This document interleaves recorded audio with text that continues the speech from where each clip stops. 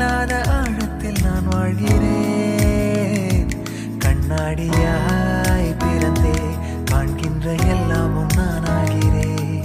இரு காலின் இடையிலே உரசும் பூனையாய் வாழ்க்கை போதும் அழடா. எதிர்காணும் யாவுமே தீண்ட தூண்டும் அழகா.